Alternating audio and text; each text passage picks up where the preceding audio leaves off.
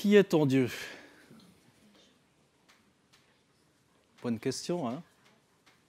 Qui est ton Dieu? Qui est Dieu pour toi? Qui est ton Dieu? Il y a eu quelque chose de spécial cette semaine? Impossible de ne pas être au courant du décès de la reine d'Angleterre, effectivement. Qu'on l'apprécie ou pas, elle ne laissait pas grand monde indifférent, ça c'est certain. Mais ce qui a attiré mon attention par rapport à cette dame qui a régné pendant 70 ans quand même, c'est qu'elle ne craignait pas de parler de sa foi. Elle en parlait. Elle en parlait, alors c'est sûr qu'elle devait être aussi diplomate pour ne pas froisser d'autres de ces sujets qui ne partageaient pas ses convictions, mais elle en parlait. Et j'aimerais vous lire un extrait de son discours de Noël publié le 25 décembre 2000. Donc ça date, ça fait 22 ans. C'est elle qui a publié ça le 25 décembre 2000, parce que chaque année, elle présentait ses vœux au peuple anglais. Elle a écrit ceci: « Beaucoup auront été inspirés par l'enseignement simple mais puissant de Jésus. Aime Dieu et aime ton prochain comme toi-même. En d'autres termes, traite les autres comme tu voudrais qu'ils te traitent. » Son grand accent était de donner à la spiritualité un but pratique. Que nous croyons en Dieu ou non, je pense que la plupart d'entre nous ont un sens du spirituel, cette reconnaissance d'un sens et d'un but plus profond dans nos vies, et je crois que ce sens s'épanouit malgré les pressions de notre monde. Intéressant, hein? Et elle poursuit un petit peu plus loin. Pour beaucoup d'entre nous, nos croyances sont d'une importance fondamentale. Pour moi, les enseignements du Christ et ma propre responsabilité personnelle devant Dieu fournissent un cadre dans lequel j'essaye de mener ma vie. Je crois qu'on peut applaudir des deux mains aussi et souscrire à ce qu'elle dit. Elle poursuit: « Comme beaucoup d'entre vous, j'ai puisé un grand réconfort dans les moments difficiles, dans les paroles et l'exemple du Christ. » Je crois que le message chrétien, dans les mots d'une bénédiction familière, reste profondément important pour nous tous. Allez dans le monde en paix, ayez bon courage, retenez ce qui est bien, ne rendez à personne le mal pour le mal, fortifiez les faibles, soutenez les faibles, secourez les affligés, honorez tous les hommes. C'est un simple message de compassion et pourtant aussi puissant que jamais aujourd'hui, 2000 ans après la naissance du Christ. J'espère que cette journée sera aussi spéciale pour vous qu'elle l'est pour moi. Puis-je vous souhaiter à tous un très joyeux Noël. Et c'est signé Sa Majesté la Reine. L'amour de la Reine pour la Bible et son message évangélique l'a conduite à participer aussi à la publication d'un livre qui n'a pas fait un bien grand tabac parce que peut-être que sa foi dérangeait, j'en sais rien. Un livre pour célébrer son 90e anniversaire, donc pas si vieux que ça. Intitulé, je vous le lis en français parce que ça va écorcher les oreilles avec ma prononciation légendaire en anglais. « La reine servante et le roi qu'elle sert ». Vous le trouvez à la FNAC en anglais. Et cet aperçu de la foi chrétienne de Sa Majesté, coécrit par 2 autres personnes, a été publié par la Société biblique du Royaume-Uni, dont la reine était la marraine, ainsi que par Hope et l'Institut londonien pour le christianisme contemporain. Voilà, assez parlé de la reine. Qui est Dieu pour toi? Qui est Dieu pour toi? Qu'on ait une position importante ou standard, c'est une bonne question à se poser. Qui est Dieu pour moi? Même la reine d'Angleterre osait affirmer sa foi, tout en faisant preuve d'une grande diplomatie pour respecter aussi d'autres formes de croyances. Et lors de ma dernière prédication, j'ai posé cette question: qui es-tu? En lien avec les textes sur la création dans la Genèse. Qui es-tu? Dans ton identité, qui es-tu? Vous pouvez retrouver cette prédication sur notre site internet si ça vous intéresse. Aujourd'hui, j'aimerais vous poser donc cette autre question, qui est ton Dieu ? Ou qui est Dieu pour toi ? Si vous êtes chrétien, ça veut dire que parmi tous les dieux du monde, vous avez choisi celui d'Israël, le Dieu créateur qui a donné son Fils unique afin que tous ceux qui croient en lui soient sauvés et héritent de la vie éternelle. Dans toute la Bible, en particulier dans l'Ancien Testament, Dieu rappelait sans cesse à son peuple qu'il est leur Dieu, bien qu'il le savait déjà. Dans Exode 6, Dieu dit « Je suis l'Éternel. Je me suis révélé à Abraham, à Isaac et à Jacob comme le Dieu Tout-Puissant, mais je n'ai pas été connu par eux sous mon nom, l'Éternel. Je vous prendrai pour mon peuple et je serai votre Dieu. Ainsi vous saurez que je suis l'Éternel, votre Dieu, qui vous affranchit des corvées que les Égyptiens vous imposent. » Waouh! Je vous prendrai pour mon peuple. Donc, une part de la réponse, c'est qu'il est mon Dieu, qu'il est notre Dieu. On a parlé tout à l'heure de la reine avec ses sujets, mais est-ce qu'on est les sujets du roi des rois et du Seigneur des seigneurs ? Et il insiste dans ce texte, en continuant, « Vous saurez que je suis l'Éternel, votre Dieu. » Votre Dieu, pas le Dieu d'Abraham, d'Isaac et de Jacob, mais votre Dieu. Votre Dieu. Et s'il est votre Dieu, qu'est-ce que ça change dans votre vie ? Et je vous affranchis des corvées que les Égyptiens vous imposent. Vous allez me dire, mais j'ai jamais été en Égypte, moi non plus. Mais c'est qui vos Égyptiens aujourd'hui ? Quelles sont les corvées que le diable, en quelque sorte, vous impose ? Dans quelle terre promise vous êtes appelés à entrer ? À quitter. À quitter pour entrer. Quitter cet asservissement de l'Égypte. Toute parole de l'Éternel à son peuple dans l'Ancien Testament est l'ombre de ce que nous vivons aujourd'hui dans le Nouveau Testament. Mais aujourd'hui, l'Éternel tient à ce que tu le reconnaisses comme ton Dieu, comme ton Seigneur, comme le roi des rois. Et j'imagine que la plupart sont en train de se dire, bien sûr qu'il est mon Dieu. Bien sûr, c'est mon Dieu. Mais ce n'est pas toujours aussi évident. Ce n'est pas toujours aussi évident. Oui, on le sait, il est mon Dieu, on l'a chanté aussi, il est notre Dieu. On le loue, on l'adore. Mais est-ce qu'il est véritablement notre Dieu ? Est-ce qu'il est véritablement notre Seigneur ? Est-ce qu'il a véritablement le droit de régner sur tous les aspects de ma vie ? Psaume 27 de David nous dit ceci, « L'Éternel est ma lumière et mon salut. De qui aurais-je peur ? L'Éternel est le soutien de ma vie. Qui devrais-je redouter ?» Ça commence bien. Hein ? Il pose directement en préambule, c'est clair et net. « L'Éternel est ma lumière, mon salut. De qui aurais-je peur ? » Quand des méchants s'avancent contre moi pour faire de moi leur proie, ce sont eux, mes persécuteurs et mes ennemis, qui trébuchent et tombent. Si une armée prend position contre moi, mon cœur n'éprouve aucune crainte. Si une guerre s'élève contre moi, je reste malgré cela plein de confiance. Je ne sais pas si vous remarquez, mais aujourd'hui, tellement de personnes sont sujettes à la peur, aux craintes. Et là, on voit toute autre chose qui nous est proposée dans ce texte. Et David va poursuivre. Je demande à l'Éternel une chose que je désire ardemment. Je voudrais habiter toute ma vie dans la maison de l'Éternel. Je crois qu'il y a un secret dans cette phrase. Lorsque tu t'éloignes de la maison de l'Éternel, en fait, finalement,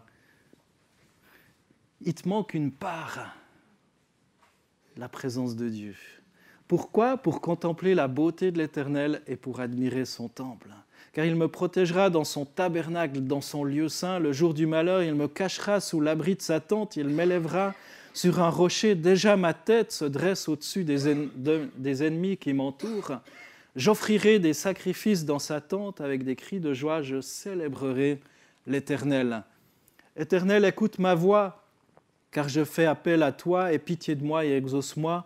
Mon cœur dit de ta part, recherchez-moi, je te recherche, Éternel, ne me cache pas ton visage, ne repousse pas avec colère ton serviteur, tu es mon secours, ne me laisse pas, ne m'abandonne pas, Dieu de mon salut.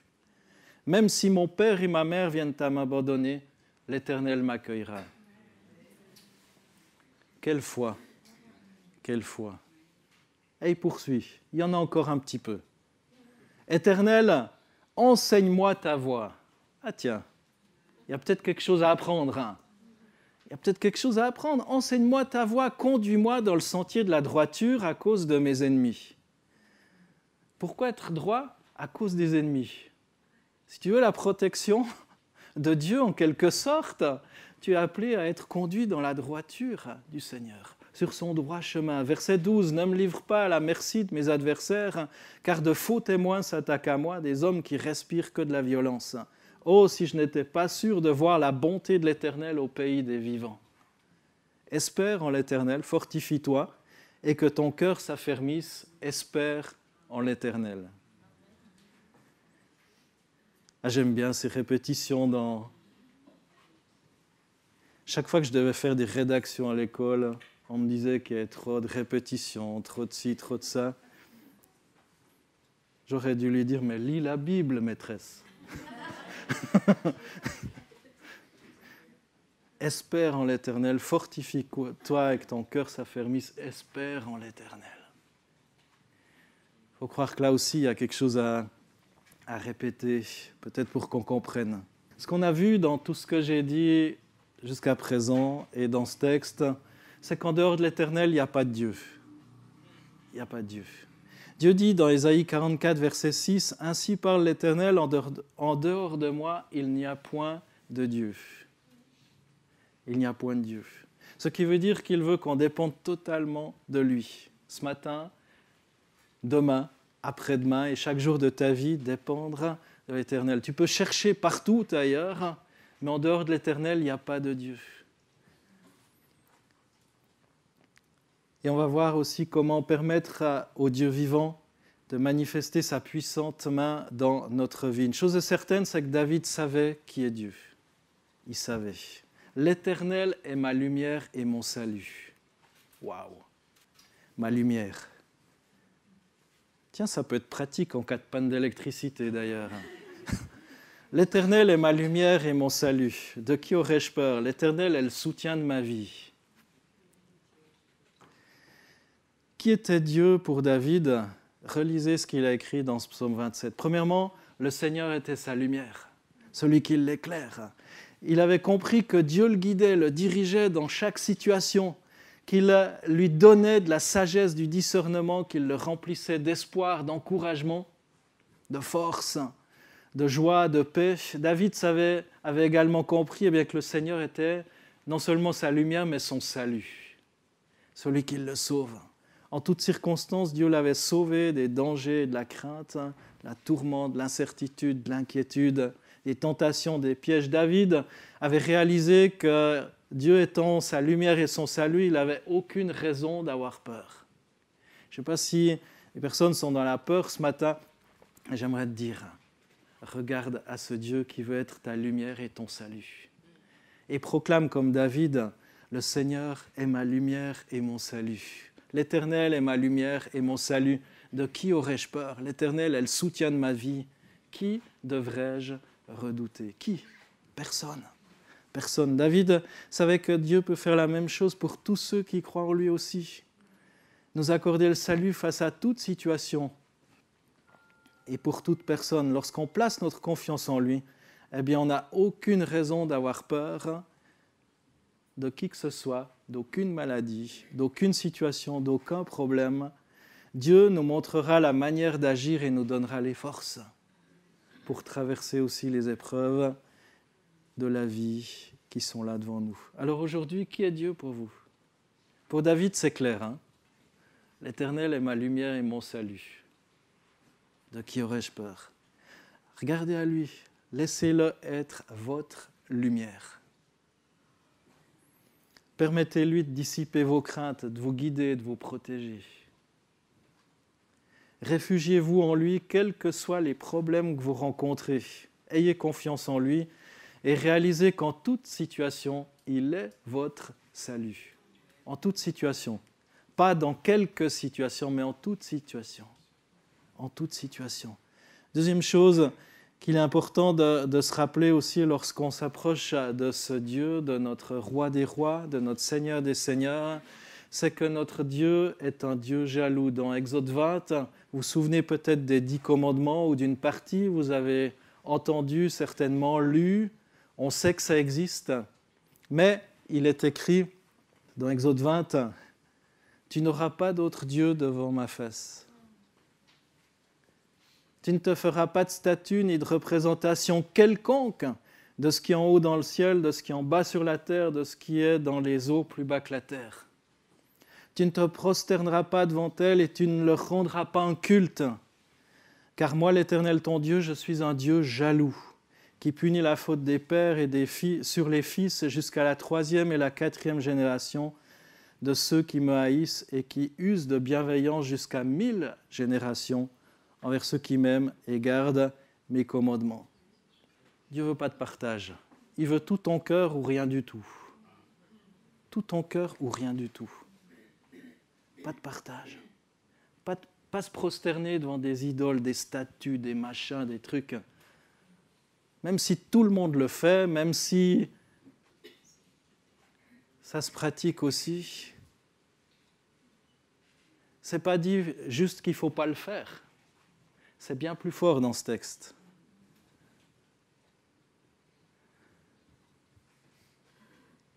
Parce que Dieu est un Dieu jaloux. Troisième chose, place ta confiance en l'Éternel. Dans Jérémie 17, verset 7, « Béni soit l'homme qui se confie en l'Éternel et qui place sa confiance en l'Éternel. » Béni soit l'homme. Le monde entier est gouverné par un roi qui s'appelle, non pas Charles III, mais qui s'appelle la peur. La peur. La peur est l'instrument préféré du diable pour nous pousser à adorer d'autres dieux ou d'autres idoles. La peur nous fait croire que tout est fini si on n'agit pas à temps, que tout est joué au niveau des pensées sur la base des circonstances négatives. La peur. Combien la peur peut nous paralyser. Les chrétiens sont censés être gouvernés par un roi qui s'appelle la foi. La foi. La foi. La peur a le pouvoir de chasser la foi et vice-versa. À qui voulons-nous être soumis ? À Dieu qui donne la foi ou à la peur ? En fait, ce que je vous propose, c'est l'opposition de la peur à la foi. Ils sont tous les deux opposés comme la lumière et les ténèbres, et l'un chasse forcément l'autre. On a vu dans Jérémie 17, 7, « Béni soit l'homme qui se confie en l'Éternel et place sa confiance en l'Éternel. » Si on ne se confie pas dans l'Éternel, on se confie dans l'argent, dans les amis, dans la famille, dans des assurances, ou simplement on se confie en soi-même, dans notre grande capacité. Le verset termine en disant que l'Éternel doit être notre espérance, notre salut. Et c'est justement là où se trouve le problème, parce que l'Éternel est rarement l'espérance de ses enfants, bien qu'ils croient en lui. C'est un peu la 5e roue du char, vous savez, la roue de secours. D'ailleurs, il n'y en a même plus sur les voitures. On te file un peu de pâte, un truc, un gonfleur et je ne sais pas quoi. Quand on prie pour une situation, Dieu sonde nos cœurs et sait voir le degré de notre espérance en lui. Est-ce qu'on veut vraiment ? Est-ce qu'on veut vraiment que le Seigneur agisse ? Est-ce qu'on croit même que Dieu peut agir ? C'est peut-être la première des questions à se poser. Est-ce qu'on croit que Dieu peut changer le cours des choses ? Et toujours dans le même texte, c'est le verset 5 cette fois. « Maudit soit l'homme qui se confie dans l'homme, qui prend la chair pour son appui, qui détourne son cœur de l'Éternel. » Alors j'ai volontairement mis en dessous le verset 7 parce que je préfère, et en gras aussi. C'est largement plus positif, donc à vous de choisir. À chacun de choisir qu'est-ce que vous voulez. La bénédiction ou la malédiction de l'Éternel ? Moi, j'ai vite fait mon choix. J'ai vite fait mon choix, et j'espère vous aussi d'ailleurs. Connaissez la prière du Notre Père dans Matthieu 6 ? Pas mal, hein ? Donne-nous aujourd'hui notre pain de ce jour. Pas suite demain ? tout prévoir, faire des réserves, c'est certainement utile, hein, mais à l'extrême, ça peut aussi revenir à penser qu'on est maître de l'avenir et qu'on dispose de toutes les richesses qu'on va accumuler les unes sur les autres. Alors c'est bon aussi d'agir avec sagesse, avec prudence, mais est-ce qu'on croit encore que Dieu est capable de pourvoir dans notre pays? Est-ce qu'on croit que Dieu est capable de pourvoir pour ses enfants qu'il aime? Notre Père, donne-nous aujourd'hui notre pain de ce jour. C'est incroyable cette prière qui est récitée dans tellement d'églises de par le monde et franchement, plus biblique que ça, c'est difficile à trouver, mais c'est tellement un résumé que je me dis, mais est-ce qu'on réfléchit vraiment à ce qu'on dit? Je vous laisse méditer cette prière, ça se trouve dans Matthieu 6, versets 9 à 14, et vous pouvez l'alimenter de votre réflexion, vos expériences de vie. Si tu crois réellement que Dieu ne peut pas mentir, eh bien, il ne t'abandonnera pas, il ne te délaissera pas, parce que s'il t'abandonnait pendant que tu es dans le besoin, eh bien, il sera un menteur. Et ça, ce n'est pas possible. Ça, ce n'est pas possible que Dieu mente. Dans Deutéronome 31, Moïse adressa à tout Israël le discours suivant. « J'ai maintenant 120 ans, je ne pourrai plus marcher à votre tête. L'Éternel m'a dit que je ne traverserai pas le Jourdain que voici. L'Éternel, votre Dieu, marchera lui-même devant vous. » Et un peu plus loin, « L'Éternel lui-même marchera devant toi. Il sera avec toi, il ne te délaissera pas, il ne t'abandonnera pas, ne crains rien et ne te laisse pas effrayer. » Waouh! Le jour où ce verset 8 sera une réalité dans ta vie, eh bien le diable sera en deuil. Ce ne sera pas la fête pour lui. Parce que sa stratégie préférée, c'est de semer la peur en nous faisant croire eh bien, qu'on peut être abandonné. L'Éternel lui-même marchera devant toi, il sera avec toi, il ne te délaissera pas, il ne t'abandonnera pas. Ne crains rien et ne te laisse pas effrayer. Notez-le quelque part, ce verset. Notez-le quelque part. Pensez-y. La prochaine fois qu'il y a un doute, la prochaine fois qu'il y a un découragement, la prochaine fois que vous vous dites « mais tout est foutu », relisez-le. L'Éternel lui-même marchera avec toi.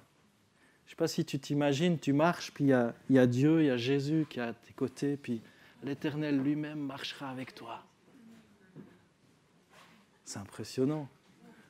Impressionné. Il sera avec toi, il ne te délaissera pas, il ne t'abandonnera pas. Waouh. Ne crains rien, ne te laisse pas effrayer. Pourquoi? Pas parce que tu as fait des efforts ou tu as fait de la méditation, que sais-je, comme stupidité. Pas méditer la parole de Dieu, ça c'est très bien, mais d'autres formes de méditation. Mais ne te laisse pas effrayer parce que tu as placé ta confiance dans l'Éternel, puis tu sais qu'il est à tes côtés, qu'il est cette ombre à ta main droite. Alors je vais conclure. Qui est ton Dieu ou qui est Dieu pour toi? Juste le Dieu de la Bible, le Dieu du pasteur, le Dieu de mes parents, le Dieu de mes grands-parents ou le Dieu de... Où est-ce qu'il est? Il est mon Dieu. Est-ce que tu peux dire c'est mon Dieu, c'est mon Seigneur, c'est mon roi, il est mon réconfort, il est mon salut, il est ma lumière. En dehors de l'Éternel, il n'y a point de Dieu. Souviens-toi qu'il est un Dieu jaloux. Et place ta confiance en l'Éternel. Oui, c'est bien d'être sage, oui, c'est bien de réfléchir, oui, c'est bien de faire ce qu'il faut faire. Mais en finalité, toutes ces choses-là peuvent s'écrouler. Tout peut s'écrouler. Connaître Dieu, c'est aussi lui faire confiance. Lui faire confiance, même dans la douleur, même dans les pourquoi, même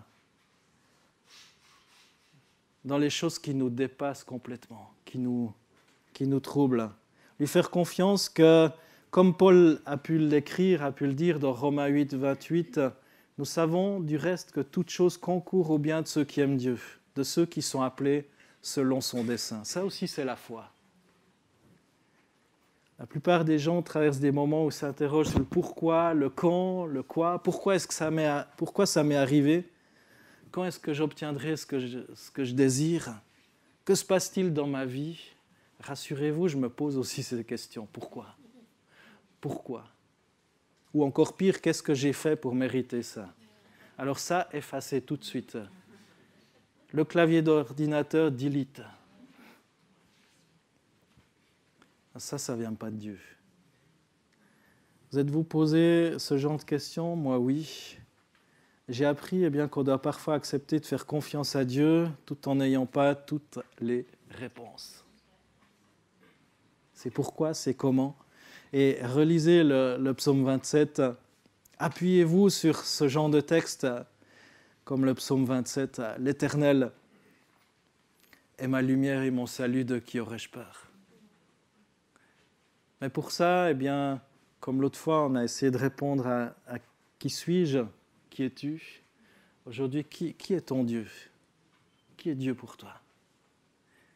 Et je crois que si on est capable de répondre à ça et de se dire, il n'est pas vraiment mon maître, il n'est pas vraiment mon Seigneur, il n'est pas vraiment mon roi des rois. Et dire, mais j'ai envie que ça change.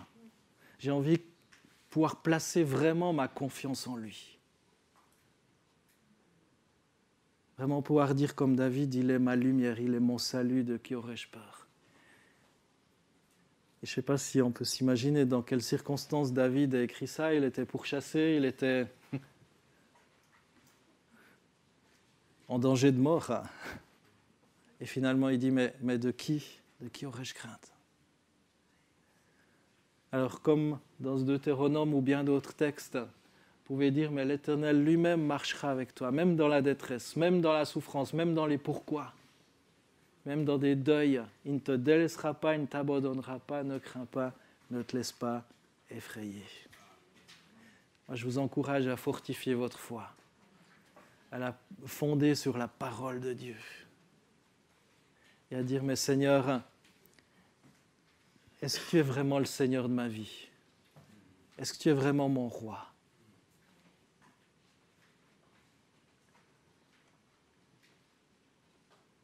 Je ne peux pas répondre à votre place, mais je peux répondre pour moi. Et je peux peut-être me dire qu'il y a certains domaines de ma vie qui ont besoin d'être alignés sur le Seigneur. Et je pense que tous et toutes, on peut vraiment se dire, mais est-ce que j'ai envie qu'il soit mon roi dans tel domaine? Je ne sais pas, le truc qui vient dans ton cœur maintenant où tu dis, non, ça pas. Ça, je veux gérer. Ça, c'est un petit peu mon jardin secret. Là aussi, Dieu veut régner. Est-ce que tu veux lui laisser la gouvernance de cet endroit, même cet endroit peut être caché dans ta vie, où telle souffrance, telle blessure, telle incompréhension, lui dire, mais Seigneur, règne dans mes pensées, règne dans mon cœur, règne dans mes relations de travail, de couple, affective, etc. Règne.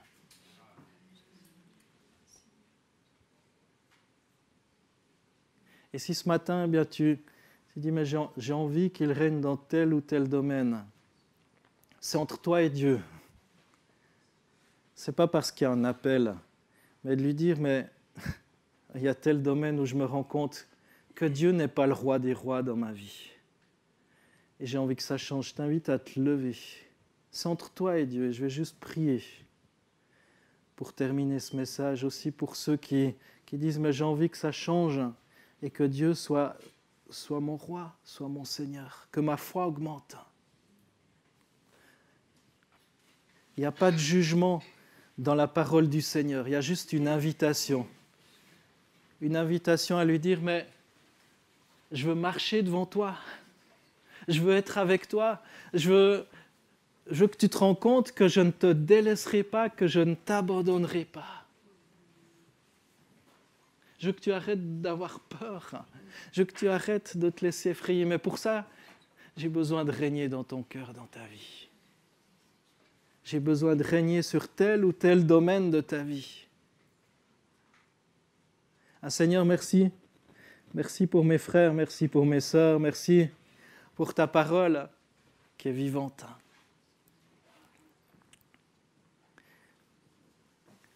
Seigneur, tu vois le cœur de chaque personne présente dans ce lieu de culte ce matin. Tu connais nos joies, tu connais nos difficultés, tu connais nos résistances. Et Seigneur, oui, c'est toi qui nous as créés. Aide-nous, aide mes frères et sœurs, aide-moi à t'être soumis. Qu'on puisse vraiment dire que tu es notre lumière, que tu es notre salut.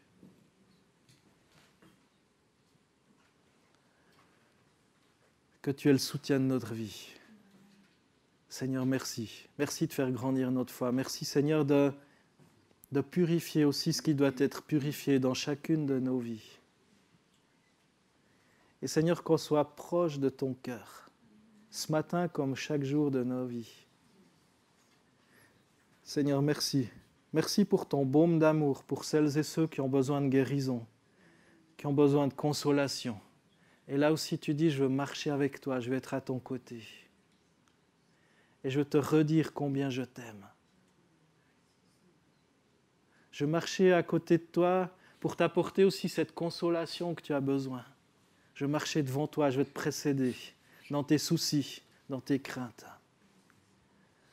Je veux t'entourer de ma main puissante par derrière et par devant. Je veux mettre de la lumière sur ton chemin, afin que tu arrêtes de t'encoubler.